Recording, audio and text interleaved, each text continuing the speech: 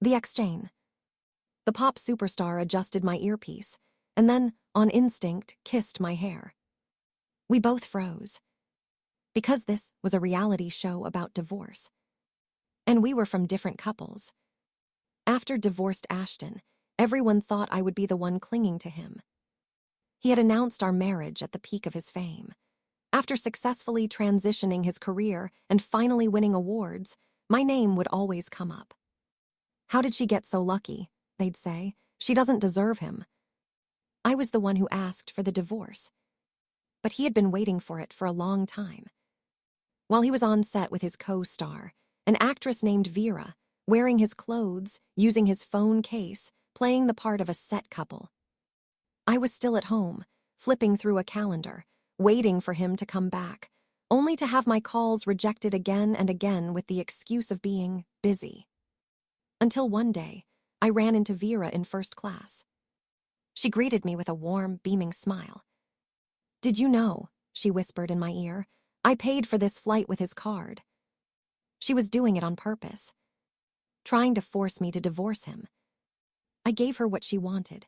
I went home and was packed and gone within half an hour. I don't want things that other people have touched and soiled. Thank God, we didn't have any children. Ashton leaned against the doorframe, watching me. His reaction was muted. He only asked one thing, "What else do you want?" "Your phone." He was taken aback, but handed it over without a fight. In the years when he loved me most, when I was by his side as he climbed from obscurity to stardom, I had always been his one and only pinned contact. Now I have been replaced. All that was left was, "Do not disturb." We signed the papers. He gave me everything he had earned over the years, just begging me to let him go quickly. He said he was truly in love with Vera. After signing a non-disclosure agreement, I left, thinking I would never have contact with him again. Until he called me, 1 month after the divorce. "We need to meet. We can't let the fans find out you cheated. The show still has to air." One had arrived early. In the break room, Ashton's manager was trying to persuade him. "You're divorced, but you're still a top-tier actor. And her, she's just nobody waiting to become a laughingstock. She's definitely not going to take this lying down. So, you just tricked her. Tell her you want to go on a divorce reality show with her. Let her think she still has a chance to win you back. Make her grovel and please you. Then, in the final edit, we'll make her look annoying, and you'll get to keep your devoted lover persona. You're divorced, but you're still a top-tier actor. And her, she's just nobody waiting to become a laughingstock. She's definitely not going to take this lying down. So, you just tricked her. Tell her you want to go on a divorce reality show with her. Let her think she still has a chance to win you back. Make her grovel and please you. Then, in the final edit, we'll make her look annoying, and you'll get to keep your devoted lover persona." The manager nudged him. "Are you even listening?" Ashton had his legs propped up on a low table, lazily playing a game on his phone. "Yeah," he grunted. "I'm telling you, you snap your fingers, and she'll come crawling back like a grateful puppy." In the meeting room, Ashton toyed with his phone with one hand. He said a few simple words. And I agreed. "I'll do the show." He stared into my eyes, hesitating for a moment. "Are you really that desperate for me?" He was so confident, so easy to fool. I lowered my lashes. "Yes." "Ashton," I whispered, "is there still a chance for us?" His gaze was cold. He turned his face away and said softly, "We'll see how you perform." "But," he added, "the premise of this show isn't what you think." This divorce reality show was set to air during the broadcast of his new drama with Vera. It was all to hype up their on-screen couple pairing. The show's theme was, "Try a different lifestyle, see the problems in your marriage." Vera would be in a room with him, and I would be in a room with Vera's husband. The man who, at 19, shot to fame with a single drama, won every major award, and then promptly retired to get married. Cole. Ashton had basically picked up Cole's scraps. He had risen to fame with a face that was 70% similar to Cole. The rumor was that Vera and Cole lived apart after their marriage. That she loved him, but he didn't love her back. Chapter 2. A hot spring resort. 2 rooms, separated by a single wall. A live broadcast. There was an observation room for the cast and a live comment feed for the audience.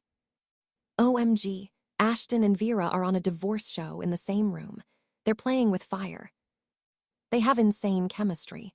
They look so good together. I've been saying for ages that Ashton and his wife had no feelings left, who want someone who just drags them down. I've been waiting for them to get divorced for so long. He must have been blind. He used to love her so much. The staff fitted Ashton and Vera with heart rate watches. Once your heart rate hits 70, you can leave the room. That's gonna be instant, right? But to everyone's surprise, both of their heart rates stalled at 68. In private, he and Vera had done everything. They were too familiar with each other, so they were afraid of slipping up on camera. In front of the cameras, they put on an act. Vera is so polite. She doesn't even dare to get too close. Ashton, don't hold back. We support you. Vera sat by the door. Ashton stood on the balcony for some air, from where he could see a corner of my room. Cole hadn't arrived yet. I sat alone on the bed, wearing my own heart rate watch. There was a knock on the door. It was a tall, slender man. A baseball cap shadowed half his face, and his bangs were damp with the mist from the hot springs. A light rain was falling outside. He smelled of the deep, misty night. My first love is back. What can I say, Ashton? There's no harm without comparison. No hate, please. You need to put this on, I said, handing the other heart rate watch to Cole. Ashton hated it when people said he looked like Cole. In the first year of our marriage, we were taking a late, night walk when I stopped, mesmerized by a giant luxury ad featuring Cole. Ashton had pulled my hat down over my eyes and said sourly, I knew you liked that type. Now in the other room, Ashton, on his balcony, watched clearly. He watched Cole enter the room and close the door behind him. He watched him put on the watch. Ashton wasn't worried. He had known since that night that Cole, the man he could never catch up to, the man he was sick with jealousy over, was in a contract marriage with Vera.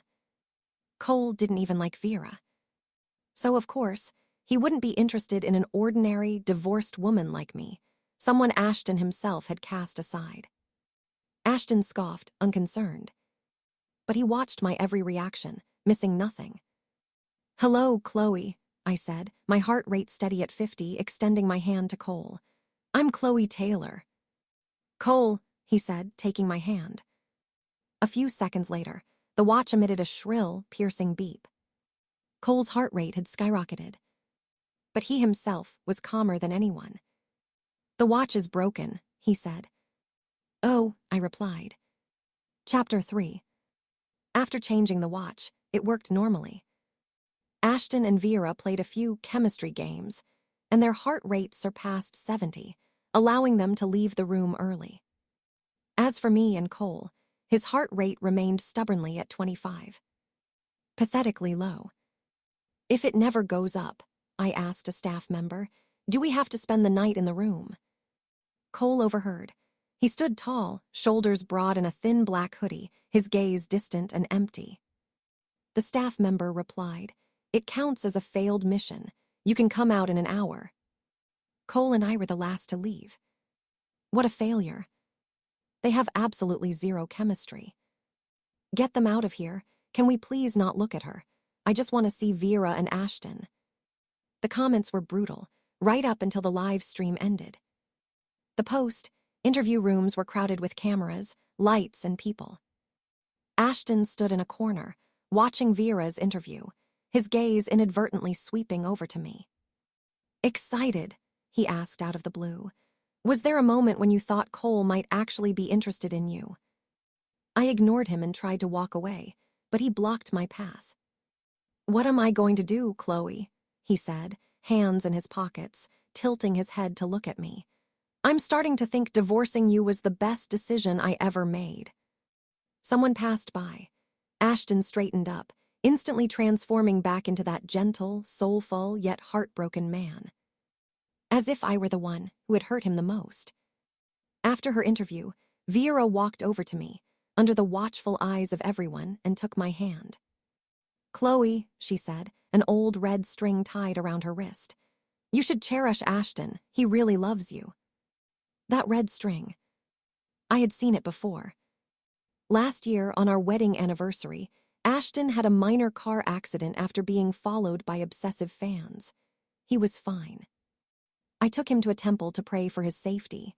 I closed my eyes, my heart filled with prayers for him. When I opened them, I saw him buying a red string. I thought he was going to give it to me, but he said he was getting it for himself, to put my mind at ease. And now it was on Vera's wrist. "Stop being difficult," Vera continued, playing to the cameras. "More than anyone, I want you two to be happy." I didn't say a word. Ashton didn't know. Vera didn't know. The truth was, I had agreed to do this show for another, more hidden reason. That day, when I closed my eyes to pray, Ashton wasn't the one on my mind either. Chapter 4. The show filmed on weekends, following a weekend couple concept. During the week, I went back to my old profession, trying to get my job back as a talent manager at my former entertainment group. "Cole and Vera are divorced," my old boss told me. "His 10-year contract with her father's company is finally up. He's setting up his own studio, and I recommended you to him." I went to the address he gave me and found Cole at a photo studio. His profile was silhouetted against the light, his features sharp and untamed. It was a face made for the screen. He was even harder to approach than I had imagined. I waited outside for a long time. Finally, his assistant came out. "I'm sorry, Ms. Taylor, we probably can't talk today." On the way back, my car broke down. 11 o'clock at night, in the middle of nowhere, and it was raining. I stood under my umbrella, waiting for a tow truck, watching the cars pass by like phantoms in the night. None of them were for me. Headlights flashed. The window of a black minivan rolled down. Cole's assistant said to me, "Ms. Taylor, get in." Cole was in the back seat, a baseball cap pulled low, asleep. His breathing was shallow, his long legs slightly bent. The space was a bit cramped for him. The van was filled with clutter, and 2 suit jackets hung by the window. The crisp scent of pine. The same scent from the day he had held my hand. "Ms. Taylor, I'm going to grab a drink from the gas station up ahead. Do you want anything?" the assistant asked quietly. "Just call me Chloe. I'll go with you." No, he said, waving his hand as he got out. "I'll go. I'll be right back." The door closed, leaving just me and Cole in the van. No one else. No cameras. The headlights flickered, casting the interior in a dim glow. Though we were separated by a row of seats, his breathing sounded as close as if it were right next to my ear. I stared out the window at the blue glow of the convenience store not far away, where the assistant was lingering by a shelf. I remembered once, at a supermarket, seeing an ad for Vera. "She's so beautiful," I had said to Ashton at the time. His reaction was flat. "She's okay." I didn't know that this okay would be the reason he stayed away from home time and time again. Later, I heard from others that Vera was his first love. They had broken up when he was still struggling to make it big. He couldn't forget her. But at that moment, in the supermarket, he had just deftly changed the subject, asking me, "Sweetheart, you never dated anyone before me." "No," I had said. At least, that's what I told everyone, including him. In the van, someone was kicking my leg. A long leg extending from the back seat, not accidentally, but deliberately, mischievously, childishly, kicking me in a soft rhythm. I moved my legs out of his reach. I didn't say anything, didn't turn around. I maintained my posture as if nothing had happened. "Chloe Taylor," he said, his voice husky from sleep, laced with a reckless, youthful charm. "Long time no see." After all these years, Why did he still like to say my name like that? Just like in that small, humid, hot rental apartment. Drowning again and again. In his gentle, yet unrestrained, invasive touch. Chapter 5. After that day, Cole and I had no contact. Until next weekend. The show's live broadcast operated on a rotation system. This weekend, we were supposed to switch back to our original couples. Director, Vera said, her tone full of feigned consideration for the show. Ashton and I are so popular right now. If you switch us back, the audience will be furious. The director thought for a moment. But, Ashton, Vera turned to him. What do you think? In front of me, she asked Ashton. Who are you choosing tonight? She had been waiting for this moment. The more a thing has to be hidden, the more one craves for it to be chosen in public. Ashton understood her. He deliberately glanced at my face, then leaned back in his chair. Is that even a question? The audience doesn't want to see her. Vera got the answer she wanted and turned to me. Chloe, you don't mind, do you? But you've been a housewife for so long, you probably don't have much work experience. The audience's approval is the most important thing. You should think about the big picture. Fine, I said curtly. Ashton looked up at me. They all thought I was going to make a scene. That way, they could edit my reaction into a special segment to highlight. Vera's thoughtfulness. They didn't expect me to be so agreeable. Vera, with a speech she had memorized, was left with nothing to say. She finally managed a dry, good, no take-backs. Let's just keep it this way from now on, I said. Her face stiffened for a second, then she smiled, tucking her hair behind her ear. Are you trying to make Ashton jealous? She whispered. Everyone knows you're on this show to win him back. Too bad he's not jealous at all, and you have to watch him walk into my room. The director's team called out. They decided to continue with last week's setup. Before leaving, Ashton asked Vera, with a hint of amusement, Aren't you afraid of her being in a room with Cole? At the mention of that name, Vera's reaction was a bit over the top. She laughed as if she'd heard the world's biggest joke. I've never seen him like anyone. Her. He could be locked in a room with her for a year and still not be interested. They exchanged a knowing look and a smile. Ashton, in front of me, deliberately took off his coat and put it on Vera. Chloe, if you want to win me back, these tricks aren't good enough. He wanted to provoke me, to make me break down in public so he could play the victim. Ashton and Vera were taken to a luxury villa, a reward for being the couple with the highest heart rate last week. Vera posted a picture of their candlelit dinner on social media. The comments were all from ecstatic fans. I saw all this on my phone in the production team's van. The van was heading towards the old part of the city. If their heart rate doesn't go up today, they're going to be eliminated, right? They won't eliminate Cole. His status is too high. They'll probably just switch his partner. This is boring. Why did Cole even agree to do this show? The weirder it gets, the more I ship it. I have a feeling something is going to happen. The person above is nuts. If anything actually happens, I'll eat my own poop on a live stream. I put my phone away and asked the staff, where are Cole and I staying tonight? Your heart rate was the lowest, so you have to face a penalty. Tonight, you'll be staying in. The van stopped. He tilted his chin towards the old residential building in front of me. There, he said, a rental apartment. I got out of the van. Only one live camera from inside the van was filming me. It was far away, only capturing my back and couldn't pick up any sound. I stood at the door, my mind blank for a few seconds. I took out my phone and called my ex-boss, who was also my long-suffering best friend. Cole said to me, long time no see. I desperately needed her to pour a bucket of cold water on me right now. So what else could he say? She replied, just as I expected. Be real, who doesn't have an ex? He has so many options. Why would he choose you, a divorcee? Because of those few months you relied on each other. Honestly, that was the lowest point of his life. Who would want to remember that?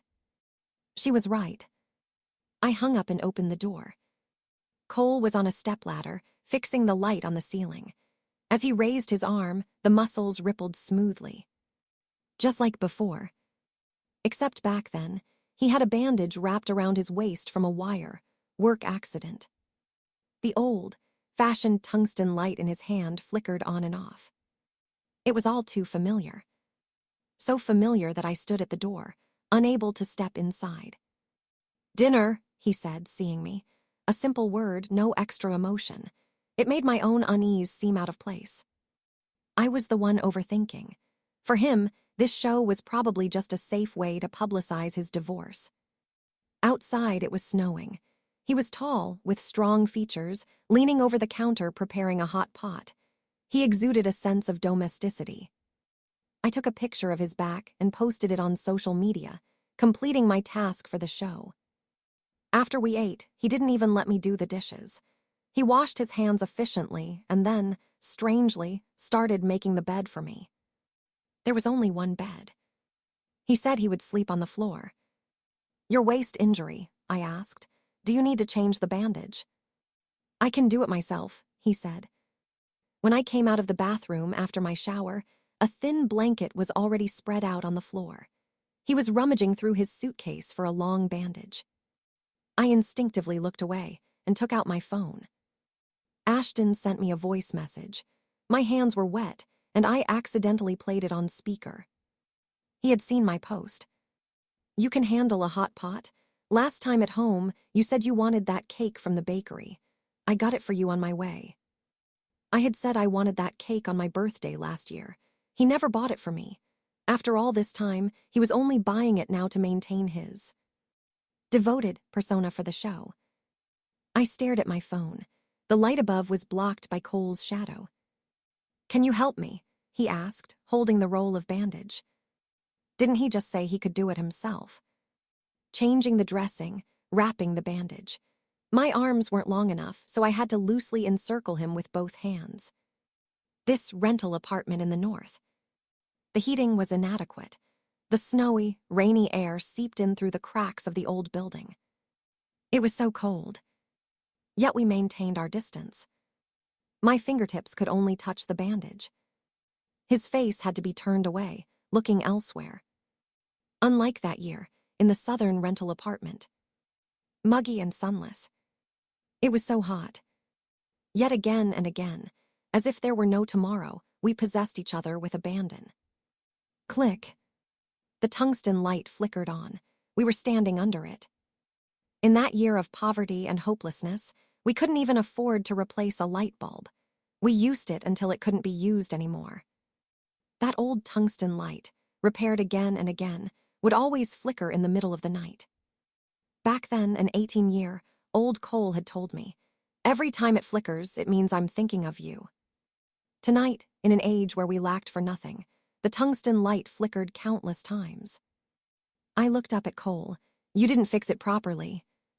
He froze, then looked down into my eyes. "Yeah, I did it on purpose." "Why?" I asked. "If I fixed it, you wouldn't hear it flicker." I was stunned. He took the bandage from my hand and deftly wrapped it around himself. "Chloe Taylor," he said my name. "Ahem. Do you like hot pot or do you like cake?" One must always be honest about food. Hot pot. Chapter 6. Today, I'll eat my poop. This awkward, deliberately avoidant vibe, something's not right. Oh, Cole turned off the light. Is there anything my premium VIP membership doesn't let me see? In reality, nothing happened. Cole, wrapped in a thin blanket, slept on the floor. His breathing was extremely shallow. I lay in bed, staring at the ceiling, unable to sleep. Because the bed was too squeaky, every time I turned over it would creak. I used to complain to him about it too, but my complaints were always accompanied by a resigned sigh. "Cole, don't be so, hold back a little." We were young and reckless back then. Now one turn. Creak. And remembered. And I wasn't the only one who remembered. Cole threw off the blanket, wearing only a thin gray shirt, and walked out the door, closing it behind him. Flick. In the deep neon, Lit night, a cigarette glowed in his hand. When I first met him, he didn't smoke. He was a good boy. He wasn't smoking now either. Just lighting it. In the distance, headlights swept by. Cole and Ashton, who had just gotten out of a car, came face to face. "Delivering the cake," Ashton explained, craning his neck to peer through the window. He saw the separate blankets on the bed and the floor. A knowing smile spread across his face. "What can I say?" Ashton said. "She's just too clingy." Though they barely knew each other, and the other man wasn't responding, Ashton felt an inexplicable need to assert his presence. "She's been wanting this for a long time. She insisted I buy it. She won't eat it if anyone else gets it for her. Tomorrow, when she wakes up and sees it, she'll be moved to tears." "Hey," Ashton raised his eyes. "You don't know, do you? I was her first love." "Is that so?" the other man finally replied. "Why would I lie?" Ashton said. "She's on this show to win me back." "The cake." "I didn't see it when I woke up the next day." The live stream ended. This time, for the Post interview special, all four of us were gathered together for the first time. I was late, the last to arrive. A staff member handed me an earpiece. My newly washed hair was too smooth, and I couldn't get it to stay on. Across the room, Vera and Ashton were drawing question cards. I lowered my head. The earpiece was about to fall off. A hand from my left swiftly caught it. "Thanks," I said, trying to take it from Cole. But he didn't let go. Instead, he helped me put it on, adjusting it as he did. It wasn't an overly intimate gesture, just colleagues helping each other out. After all, the cameras were here, the crowd was here. "It's caught," he said. My hair and the earpiece. He had to lean in closer. From across the room, Ashton's voice came, his peripheral vision catching me and Cole. It was a normal action. If not for the fact that Cole, on instinct, kissed my hair. The scent was too familiar. I rarely change the products I use. My shampoo has smelled the same for years. The scent of his own washed hair. The room suddenly fell silent. Ashton shot to his feet. Cole pulled his hand back and said to me, with extreme politeness and restraint, "Sorry, I accidentally brushed against it." The producer, realizing what had happened, quickly saved the situation. "It happens. Let's move on to the next question." After all, it was just a fleeting moment, a touch, and then a retreat. So fast that Ashton didn't even get a clear look. It must have been an accident. He sat back down. The question game. When it was my turn to draw a card, I got the first love card. The producer asked me, "Is your first love your greatest love?" Ashton, who had been lounging lazily, sat up and looked at me. The eyes of everyone in the room darted between me and Ashton. Everyone thought he was my first love. "Yes," I said. Hearing my answer, Ashton sat up straighter, unable to resist a smug glance at Cole. But the other man was distracted. Cole was turned to the side, looking at the snow falling outside the window. The window reflected my face. "Same question," the producer said, "for Cole to answer." He was in my group. The card questions were the same. Vera was not his first love. No one knew who that person was. "She's annoying. She's really, really annoying." Cole's voice was extremely soft. So soft that the end of his words carried a hint of unprecedented grievance. Everyone in the room perked up, their ears open for gossip. "Such resentment," the producer asked. "What did she do?" "For example," he turned his head, drawing out his words, "marrying someone else but saying that I was her greatest love." It made no sense. No one in the room understood. But Ashton still frowned unconsciously. The producer flipped the last card. "Chloe, what do you want to say to your first love right now?" 100 safe answers popped into my head. But what came out was, "I hope he doesn't hate me too much." It was a reasonable answer. Everyone in the room could understand it. They all thought I wanted to reconcile with Ashton. Ashton's smugness returned. He raised an eyebrow, clearly intending to string me along, not giving me an easy way out. Until to the same question, Cole answered, I was lying just now. I don't hate her. That's when Ashton started to realize that something was not quite right. Chapter 7. Sunday night. For today's live broadcast, both groups were to return to the hot spring resort from the beginning. To create buzz, the production team made all 4 of us ride back in the same car. The live comments were still mostly about shipping Ashton and Vera. But the tide was subtly turning.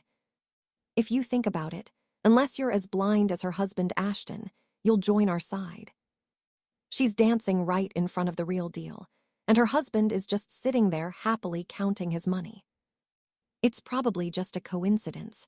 Cole and her have never interacted before. The discussion about me and Cole had increased significantly. Some fans who loved unconventional pairings had even created a fan page for us. 20.15. So before we got in the car, the producer secretly handed me a task card. Open it in the car, only you can see it. Ashton was driving, and the car was rigged with cameras. Vera, rushing ahead of me, took the passenger seat.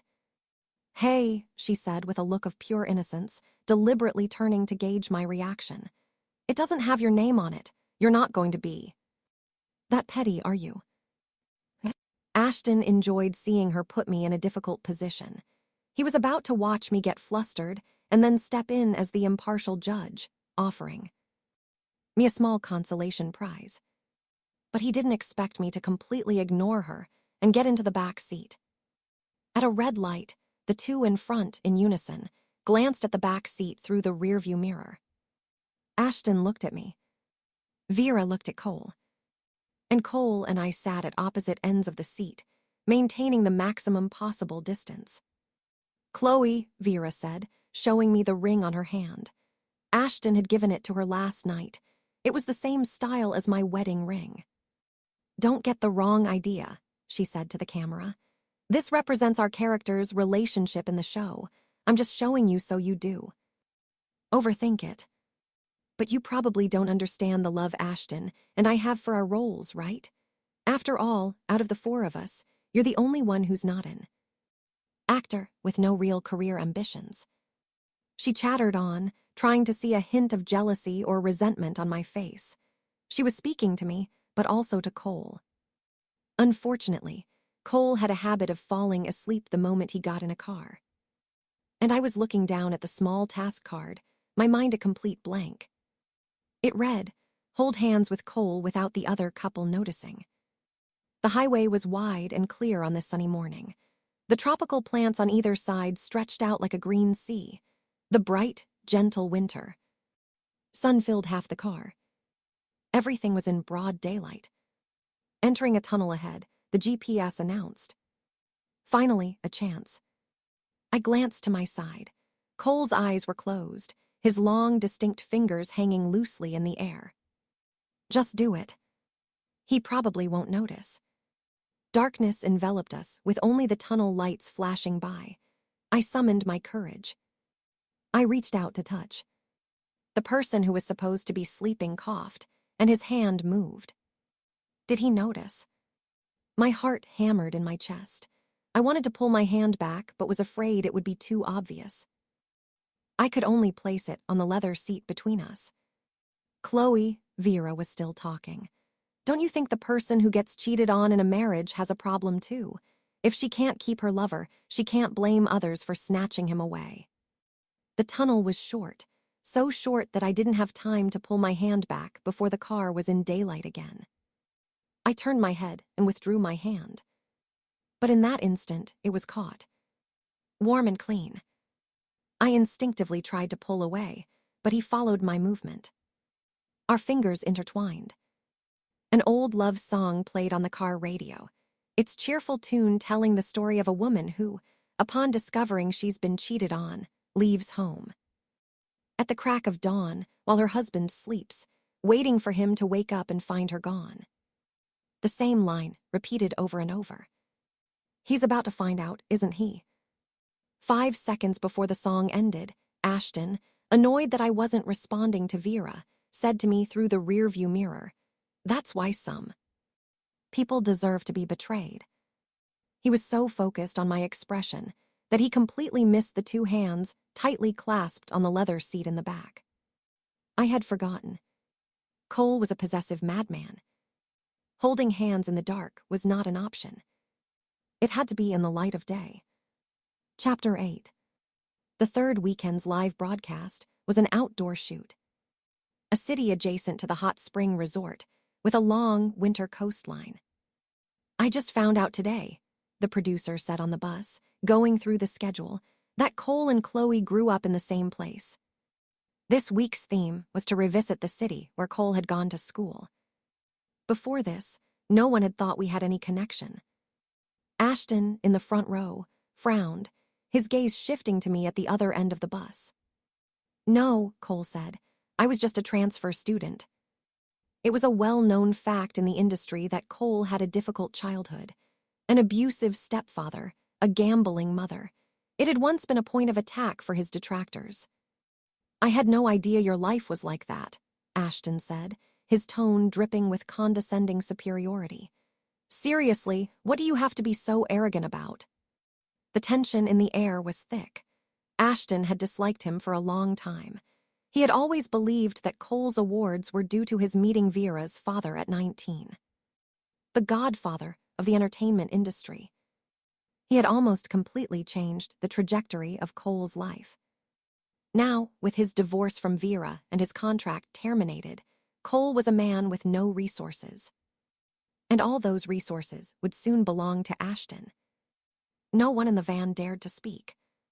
"The fact that he grew up to be a decent person," I said, resting my head on my hand, my voice calm, "is already quite an achievement.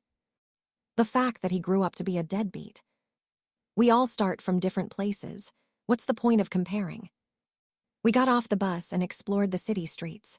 The group walked to Cole's old school, 13th High. It was built on a hillside, with the sea right outside the school gates. "You went to 13th High too?" Ashton asked, walking beside me. I had told him before, but he hadn't paid attention. "Yeah." He smiled, but his eyes were cold. "And you and Cole didn't know each other?" "No," I said. "There were 25 classes in a grade, and we weren't in the same year." Cole was walking behind us. Hearing this, he looked up, his dark eyes fixed on me. "She was a year ahead of me," Cole said. "My senior." The way he said "senior" inexplicably irritated Ashton. He quickened his pace, calling out to go to the next location. A bus stop. The producer, on behalf of the viewers, asked Cole, "Was your first love also a student at 13th High?" "Yeah." Cole, who had somehow ended up standing next to me, turned his head to listen to the producer. He wasn't looking at me. He said she was a bit fierce. Chapter 9. He always said that about me. 1,000 students in a grade. Logically, Cole and I could have graduated without ever meeting. If not for his habit of skipping class. And my being, coincidentally, a diligent student monitor in charge of catching truants. "Can you not write my name down?" A 16-year-old Cole, lean but with broad shoulders. When he looked up to speak, he had a devil-may-care attitude. "No." He said he skipped class to go to free underground film screenings. The kind of useless, artsy stuff that parents disapproved of. Things that wouldn't make money or put food on the table. "Right," he said, his tone so obedient I thought he was going to turn back to class. But he let out a soft whistle, vaulted over the wall with ease, and after his successful escape, he even turned back. His eyes were defiant and clear, with a reckless charm. "Then write it down, senior." I hated anyone who didn't follow the rules. "Look, there's Cole from the first year, collecting love letters again." My then gossip, buddy, later boss, my best friend, was leaning over the corridor railing, watching the popular boy under the tree at the school comer. I said coldly, "I don't like disobedient people." He heard me. How could he have such good hearing? A dark, teasing glance. We should have had no connection. Until that day, someone followed me home. I told my mom, but she was busy divorcing my dad. She listened, then turned and said only one thing to me. "If your dad and I divorce," her face was a mask of cold sorrow, "I only want your sister." My sister was likable. She had dated a troublemaker from the neighborhood, got tired of him, and found someone more handsome. But she didn't want to be the bad guy. So she turned to him with an innocent face and said, "My sister doesn't want me to be with you." That troublemaker was the one following me. He found my number. He sent me messages. "I know which class you're in. You just wait. Even if I have to spend a few days in juvie, I'm gonna make you F***seeking bleed." On my way home, the shadow always followed me. They were capable of anything. The bus stop in front of 13th High. Snowy night. Cole was waiting for the bus. His eyes were fierce, his expression unpredictable, with a face that screamed, "Don't mess with me." I stood right next to him, pretending we knew each other. He raised an eyebrow, looked past me, and saw the person behind me. Still looking, get lost. Cole was unbelievably arrogant, but he managed to scare them off. He followed me home. "Senior," he said, "actually I can't fight." All bluster. He was a better actor than anyone. "I'm sorry," I said, feeling guilty. "For getting you involved, thank you." He stepped in front of me. Stopped. His shadow blocked the halo of the street lamp. "No," his voice was clean and pleasant. "I mean, I'm the obedient type." I believed him. Maybe he really just skipped class to watch movies. Those innocent eyes, looking at me without a hint of impurity. If not for the next day, when I accidentally saw him in an alley, having someone beat up those troublemakers. His eyes were cold, with a world, weary, fierce look that didn't belong to someone his age. He turned his head, tossing a lighter up and down, until the person begged for mercy. After that, no one dared to mess with me again. In my sophomore year of college, I was studying in the provincial capital. My sister called me. "Mom still doesn't want to see you. It's because you look like Dad."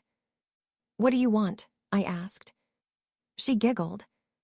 "That really pale, handsome guy from your high school, Cole. Do you have his number?" Because of blood ties, I never had the guts to completely cut things off. But that day, I blocked her number, and for decades, until I got married, divorced, and beyond, I never contacted her again. At that time, Cole had just finished his college entrance exams. We hadn't spoken in 3 years. We were complete strangers. Chapter 10. The third installment was a success, so the production team decided to visit my city for the fourth. But that would be a repeat of the last one. "Where did you go to college?" the team asked, deciding to go there instead. "South City." The moment I said it, a staff member exclaimed in surprise, "Hey, isn't that where Cole went to college too?" Ashton looked up, his gaze on me deep and intense. That strange, burgeoning unease was becoming more and more apparent on his face.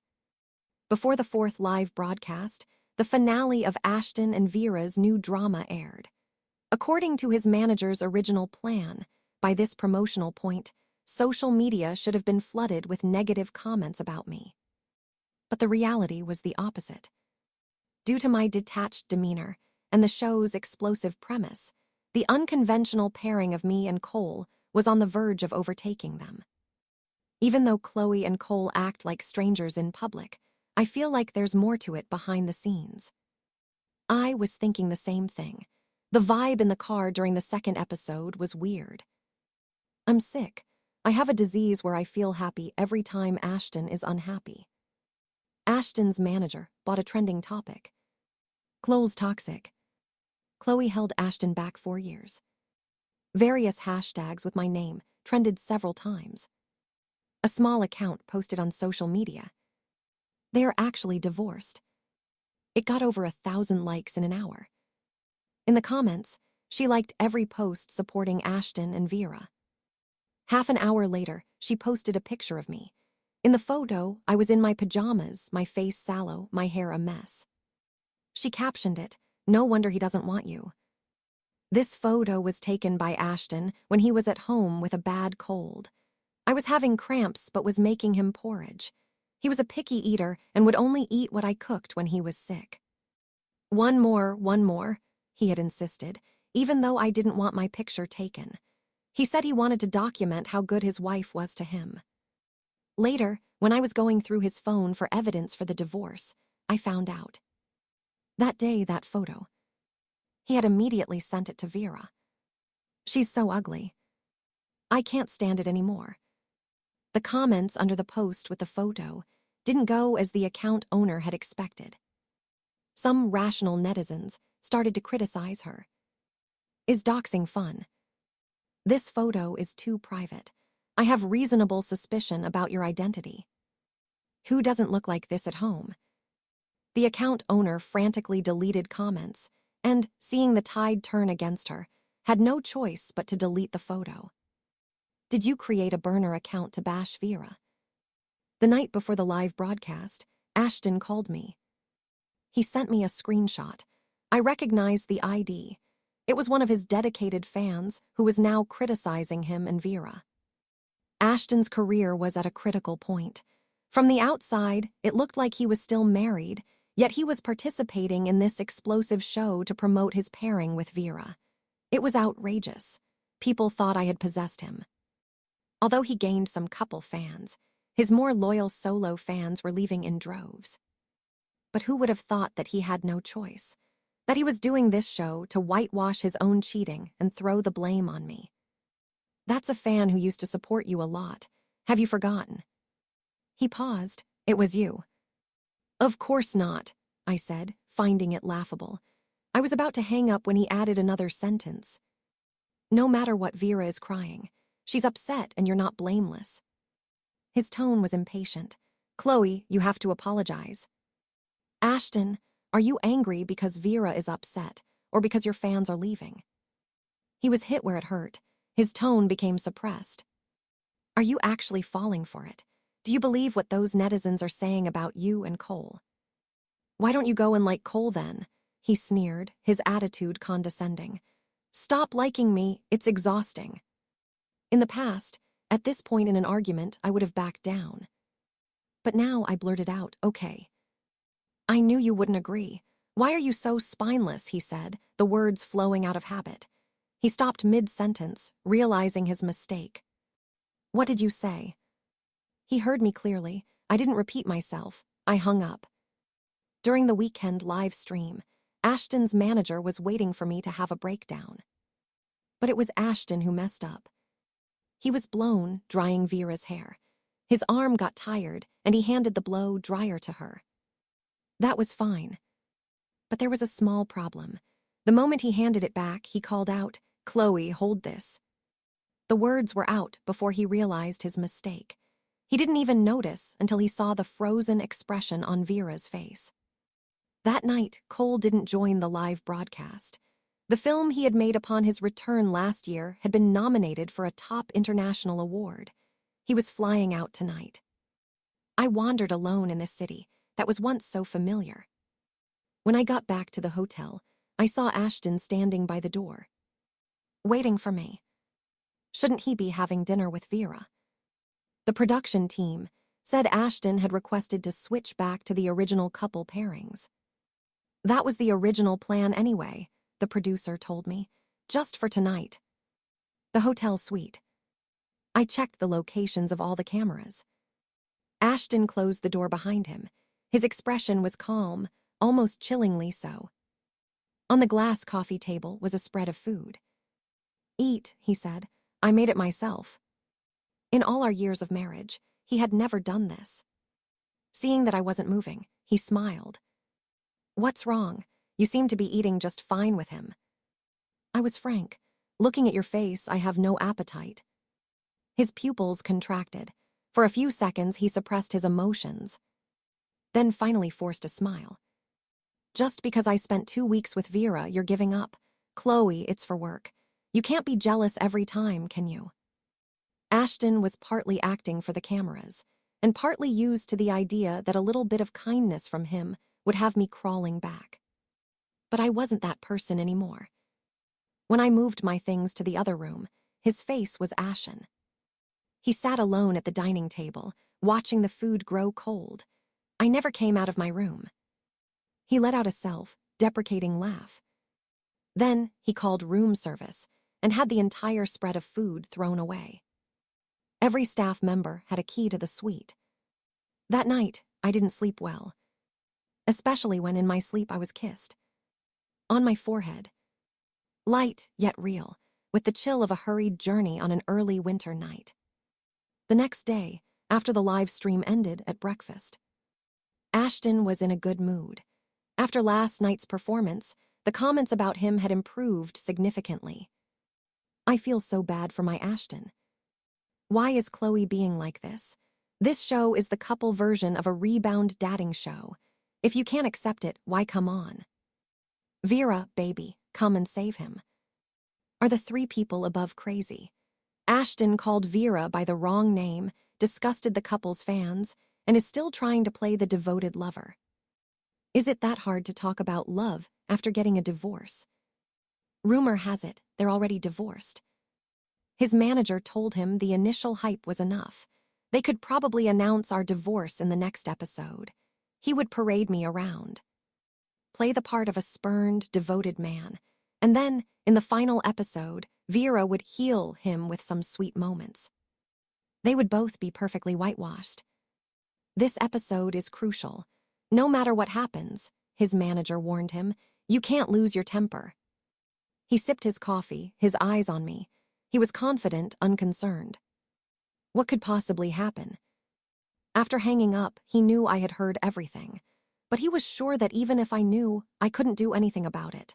I had signed an NDA and received a huge settlement. He was still transferring money into my account. Are you sad? He asked, his eyes filled with contempt. No matter what, you can't compare to Vera and you'll never have me. His lips were moving, saying something else. I looked at him but didn't hear a word. Only when he paused to drink his coffee did. Ask lightly, was it you who kissed me last night? The door to the room was open, and staff members were moving equipment back and forth. Why would I kiss? He frowned, realizing something. The room fell silent, making the chatter of the staff outside unusually clear. How did you get bubble tea? Cole brought breakfast and dessert for all the staff at 5 this morning. Didn't you get any? I was in the bathroom. I missed out on $1 million. Here, have mine. Don't be sad. What's he doing back here? Wasn't he going to the film festival? Oh, he said he had something really important to do before he left. So he flew here from Beijing and then flew to another country. That must be exhausting. Yeah, I heard he had a fever too. Who kissed me? I guessed. Ashton guessed too. But he didn't believe it. He turned and closed the door, blocking out the sound, but he didn't turn back around for a long time. As if, he said, his voice strained. He moved swiftly, grabbing my wrist and dragging me from the sofa, pinning me against the door. You knew he was coming back last night. You deliberately lied to me about being kissed. He laughed, a hollow sound, his eyes lifeless. Aren't you disgusting, Chloe? Going this far just to make me angry. You really think he could like you? Even if, he squeezed my wrist, even if he was blind enough to fall for you, it would only be because I stole his wife. It's just retaliation, you understand. With that, he shoved me away. And you're just throwing yourself at him. But that's always been your style, hasn't it? If you weren't like this, who would want you? I listened calmly as he finished. Then, I picked up the ashtray from the coffee table and smashed it over his head. It landed with a dull thud.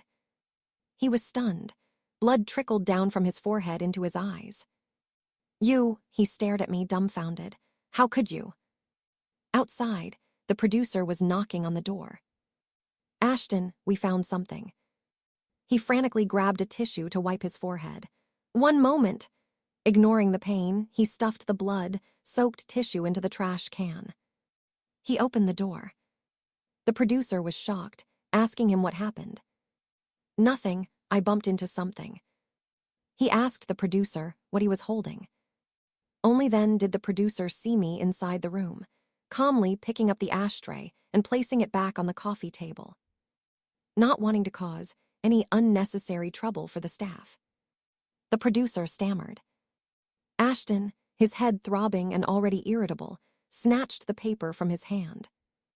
It was a simple, ordinary registration form. It was old, a photocopy. It recorded the monthly rent payments for the rental apartment. The tenant was me. $800 a month. The person who paid each month had to sign to confirm. But that signature, it was identical to the flamboyant signature on the backdrop of the film festival red carpet, half a world away. Cole. Chapter 11. South City. The summers were long, hot, and humid. In the summer of my sophomore year, I met Cole. I was working at a tutoring center downstairs, and he was a print model upstairs. We knew each other, but never said hello. After all, how well can you know someone you haven't spoken to in 3 years? For him to come back to the school, he had to cross the entire city, a 3.5-hour bus ride, and was renting a temporary room nearby. On the hottest night of the summer, a typhoon was coming. I was the last one to lock up. I saw a group of people from upstairs pass by, laughing and talking. Cole had grown taller. He was conspicuous even at the back of the group. He never once looked at me. By the time I got to the elevator, they were already gone. It was empty. Actually, a simple hello would have been fine. We were alumni after all. I went downstairs with my backpack. On the night a typhoon comes, it doesn't rain. The sky, which should have been inky black, was stained a deep, unusual pink. And Cole was standing there, wearing an oversized black hoodie, his bangs hanging obediently. His eyes were unguarded. In the light of the entryway, they held the clarity of a summer night. Like a lost puppy. Senior, the buses have stopped running. That night, I took him back to the single room I had rented for $800 a month. The bed was pitifully small. Later, when he stood on the stage of the highest awards ceremony, hailed as a genius actor, adored by the masses, I was still in that rental apartment, eating instant noodles. Only one thought crossed my mind. His first time, at 18, was on my tiny bed. He really had it rough. I didn't understand. Many media outlets described him as rebellious, untamable, with a talent that bordered on arrogant fearlessness. But in my memory, during that summer, he was always obedient. He was a good boy. He did all the chores, cooked all the meals. He always called me Senior. Only in bed. He was mischievous, calling my name in a different tone. Chloe Taylor. Crossing the line. He wouldn't listen to anything I said. Later, I understood what they meant by his talent being all in his acting. And that the modeling agency upstairs, where I worked, didn't exist. 3.5 hours. Just to catch a glimpse of me, again and again. To see me home safely. Once was not enough. It had to be 1,000 times. Ashton wasn't angry. It was as if all his emotions had been sucked out of him. In a few seconds, he accepted the fact. His first love was not me. It was a man who looked 70% like him. A man who had won an award at 19 that Ashton coveted, but could never get. From the day he debuted, he had been seen as his replacement. Ashton crumpled the paper in his hand and said nothing more. So what? He sneered. It was centuries ago. What does it represent? He turned to leave, not looking at me once. But as he reached the door, he collapsed. Ashton, just as his manager had wished, had a miserable episode. Everyone thought he had been hospitalized for a broken heart. It trended instantly. When Ashton woke up, I was packing my things in the hotel. He looked around. Vera was by his side, but he didn't see me. "Where's my wife?" he asked Vera. Vera, trembling with anger, slapped him several times. The show was suspended, postponed indefinitely. Vera came to see me once. Chapter 12. She had him now. But she still needed to flaunt it in front of me, time and time again. As if their love, needed my involvement to have an anchor. He began to tire of her moods. She began to be unable to stand his indifference. More and more, they resembled me and Ashton back then. When the passion fades, they would face the same problems I did. Vera, in love with a man like Ashton, naively thought she could be the exception. But she was. She realized this. That's why so long ago, on the show, in reality, countless times, she could only put me down. Like that first attack on me, completely unprepared on the plane. And then, again and again, she would derive a sense of superiority from my hurt expression, to prove that her choice was not wrong. But now, sitting in front of me, her emotions spent, all that was left were cold eyes and slightly trembling hands. Why aren't you angry anymore? I didn't answer her. I stood up to leave. She laughed out loud. Let me tell you a secret, she said. Her marriage to Cole was a sham she had orchestrated. She thought she could eventually win him over.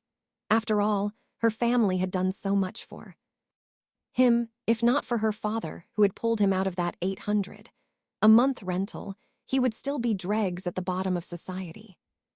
She thought he would at least be infatuated with her. Because Cole had spent his life striving to get to Rome, and Vera was born in Rome. But he was. I thought a man like him couldn't love anyone, she said. But do you know what I found out after we got married? All his passwords are 207. At first, I thought it was someone's birthday. Then I realized it was the room number of that rundown rental. How laughable. The person he was thinking about all along was the one he loved during the lowest point of his life. I had some time off. I got my visa, took my luggage to the airport, and was watching a drama in the lounge when someone sat down next to me. Ashton, in full disguise. We need to talk. The airport, with its vast glass windows, reflected the blue sky. He was dressed all in black, noticeably thinner. A faint scar remained on his forehead, not fully healed. What was the real reason you went on the show? He asked, then answered his own question. It wasn't to win me back, it was to see him, right? And you even married me just because I look like him, didn't you? I didn't say anything, just calculated the boarding time. Chloe, is it fun to lie? Is it fun to play with my feelings? I cut him off. What feelings? You were the one who cheated. You were the one who said you were madly in love with Vera. You were the one who tricked me into doing the show to throw dirt on me. I was just giving you a taste of your own medicine. Why are you playing the victim now? If I were just Chloe who loved you and I questioned you like this, would you have listened patiently? Ashton, you said it yourself. I returned his words to him, one by one. Some people deserve to be betrayed. It was time. I turned to board the plane. As my phone was shutting down, I received a text from Ashton. I will destroy you both. Chapter 13. You only understand pain when it happens to you. Ashton had always believed this. If Cole's and my reputations were ruined, I would come back to him. But Ashton couldn't distinguish whether this impending revenge was because of my departure, or because for so many years, whenever anyone in the industry saw him, they would mention Cole. The long, suppressed desire to destroy was stronger than ever. He had someone, Ray, edit the entire divorce reality show, creating a complete, unabridged version of the live broadcast. The release date. He specifically chose the day Cole was to receive an award. Ashton's social media post was a single sentence. She was the one who cheated. We are divorced. Public opinion exploded. Ashton and his manager thought that with this preemptive strike, they had already won. Chloe is a nobody. Cole has no resources. Their team can't keep up. A night passed. Ashton's hands trembled with excitement. Before he could even open social media to celebrate, there was a knock on his door. He was arrested. His manager was arrested too. The day of the divorce agreement. He thought I was overcome with grief. That I looked at his phone, only to confirm my place in his heart. He didn't know I was gathering evidence. The day Vera approached me on the plane. When the plane landed, the first person I called was my best friend. I've always suspected Ashton of tax evasion.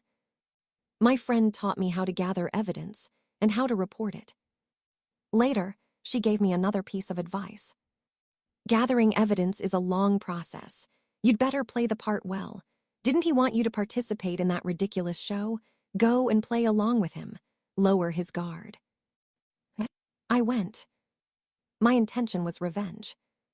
Meeting Cole was unexpected. The complete, unabridged version of the show that Ashton had released was analyzed frame by content creators online. Through the clever minds of netizens and the smear campaigns of various marketing accounts, it was discovered that Ashton and Vera were the ones who had cheated. The dates, times, and locations all matched up. And my reunion with Cole. It happened after we were both divorced. A pure, low-probability accident.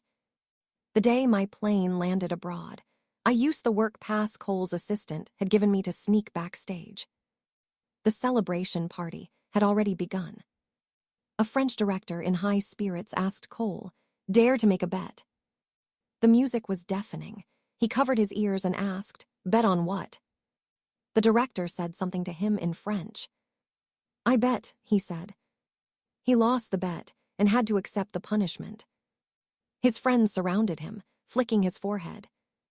The party was bathed in a purple light, with gold confetti falling from the ceiling. Cole walked towards me, against the light. His eyes were misty, with a faint layer of tears. His friend complained about him. "No, dude," he said, exasperated. "You got kicked by a horse during filming and ended up in the hospital without making a sound. Now you get a flick on the forehead and your eyes are red. Are you acting?" Cole turned his head. "None of your business." Someone raised an eyebrow, pointed at me standing by the door, and said to the friend, "The person who will feel sorry for him is here. Of course, he has to act up." Cole pushed them away. Across the crowd, our eyes met. He walked towards me step by step. "What did you bet on? How did you lose?" They said, "Bet on whether I would see the person I love tomorrow." I said no, I lost. He reached me and pulled me into his arms. I had to see her today. Chapter 14. Obedient. Many years later, when my best friend heard me describe Cole this way, she laughed for at least 10 minutes. "Honey, how is that possible?" she said. "If Cole were truly that naive, he wouldn't have survived until now." The kind of disastrous start people talked about online was a joke to others, but a reality for Cole. He was literally born in a public toilet. He didn't know who his biological father was. He stayed with his mother. He learned to cook and do groceries at the age of 7. He watched his mother get drunk, watched her get beaten by men time and time again, yet she couldn't bear to leave. As a child, he would always tend to his mother's wounds. He would curl up beside her, warming her hands in his. He loved her, unconditionally, because she was his mother. It wasn't until high school that he learned his mother was destroying someone else's family. He followed the trail from school to their home. He didn't dare to get close. Inside, the woman was endlessly hysterical, but the man was always stonewalling her. The child squatting on the stone steps outside could only draw aimlessly in the dirt, trying to become invisible. At that moment, Cole wished he could die for his mother. Just like later, when Vera's father gave him a chance at fame and signed him for 10 years. The most precious 10 years of his career, the wealth he created, not a penny went to him. It all went into Vera's father's pocket. He couldn't leave. He worked day and night to make money. The compensation fee was in the billions. He could never pay it back in his lifetime. No one knew how much pain he was in. During the most difficult year, he thought about ending it all. After all, from birth to death, he was just atoning for sins. In his room, on his small, old flip phone, he typed the same numbers over and over again, 207. It was too painful. He thought, when the day comes that I no longer think of her, I'll go and die.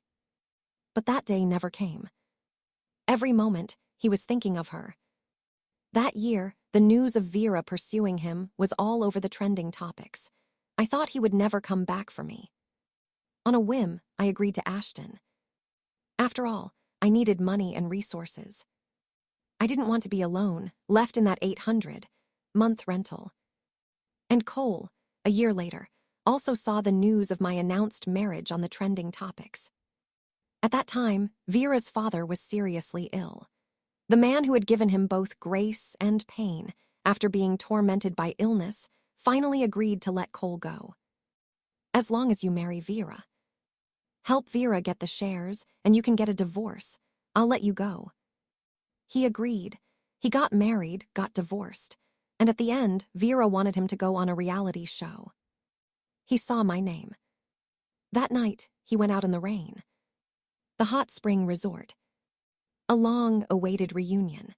I held the heart rate watch and said to him my first words. You need to put this on. It's over. She'll see right through me, Cole thought. He didn't know to what extent he had to repay his filial duty to be free. He didn't know to what extent he had to repay his debt of gratitude to be clean. There is no such thing as unconditional love in this world, he thought. But for Chloe Taylor, all that mattered was his happiness. Chapter 15. That year at the temple praying. I closed my eyes. A long-awaited reunion. I held the heart rate watch and said to him my first words. You need to put this on. It's over. She'll see right through me, Cole thought. He didn't know to what extent he had to repay his filial duty to be free. He didn't know to what extent he had to repay his debt of gratitude to be clean. There is no such thing as unconditional love in this world, he thought. But for Chloe Taylor, all that mattered was his happiness. That year at the temple praying. I closed my eyes. I had a hidden, unspoken wish. May Cole be happy. May everyone get to see the person they want to see. No matter how many years it takes. The end. And that's a wrap on today's reading here at Booked for Drama. If you felt anything, rage, swoon, secondhand heartbreak, let me know in the comments. Don't forget to like, subscribe, and share with your fellow drama lovers. If you have any requests, drop them in the comments. Until next time, keep reading and keep the drama on the page.